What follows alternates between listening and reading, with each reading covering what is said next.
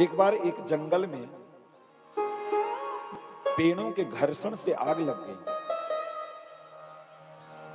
और ऐसी आग लगी कि पूरा जंगल चारों तरफ से जलने लगा।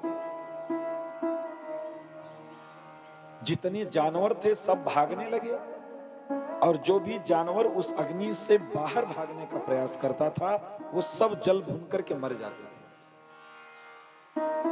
और सब उस अग्नि से बचना चाहते हैं। सारे पशु बचना चाहते थे,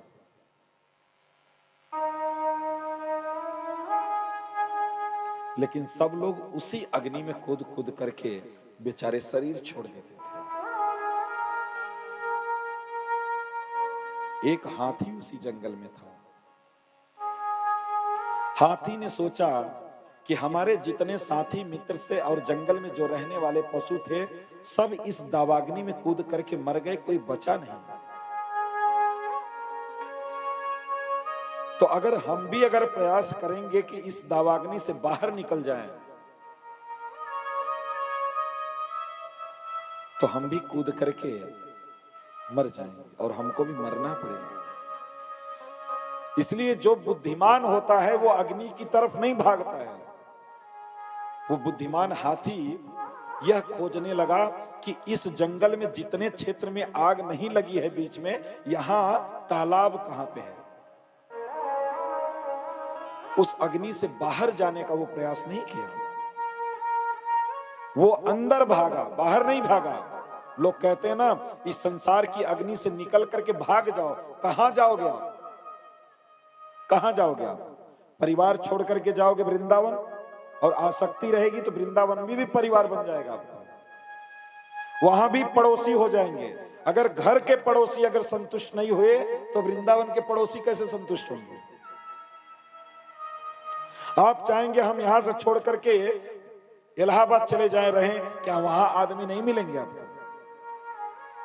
रहते रहते वहां आपको संबंध नहीं मिलेगा, सब कुछ मिलेगा सब जगह पे। तो आप इस अग्नि से कहीं भी नहीं बच सकते। जहां जाएंगे ये प्रत्येक जगह फैली है, पूरे संसार में फैली है अग्नि। इसलिए इस अग्नि के चक्कर में मत पड़ो।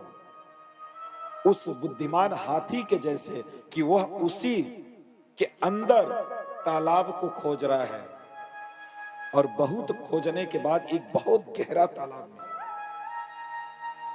और जैसे उस हाथी ने देखा तालाब को, और तालाब में दूर से ही छलांग लगाया और जाकर के पानी में डूब गया। पानी में पूरा शरीर डुबा करके और अपनी सूंड को बाहर निकाल करके पूरा शरीर पानी में कर लिया।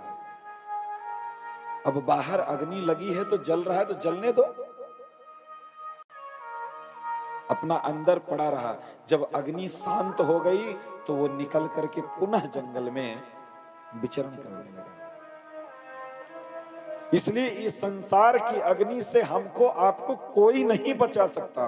दुनिया के किसी कोने में चले जाओ, सब जगह आग लगी हुई है, सब जगह आग लगी हुई है। अगर बचना है तो उस तालाब में आपको कूदना पड़ेगा।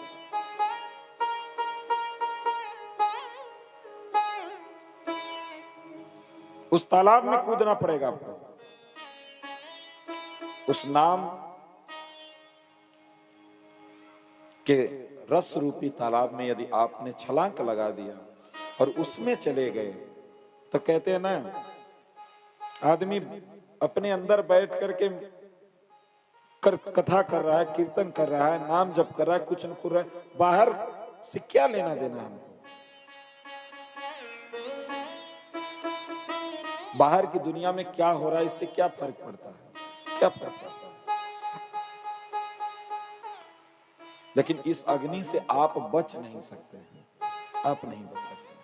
अग्नि से अगर आप बचना चाहते हैं तो आपको नाम के रस रूपी तालाब में कूदना पड़ेगा।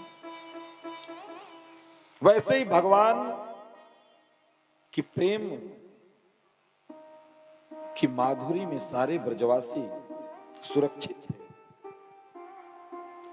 कन्हैया हाथों से अपने एक हाथ से गिरधारी को अंगुली पर लिए हैं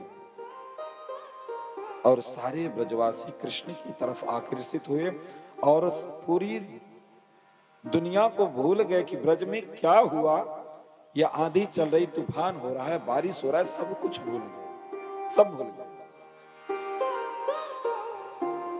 जिसको ये रस लग गया ना, उसको फिर और कोई रस अच्छा नहीं लगता है, कोई रस अच्छा नहीं लगेगा।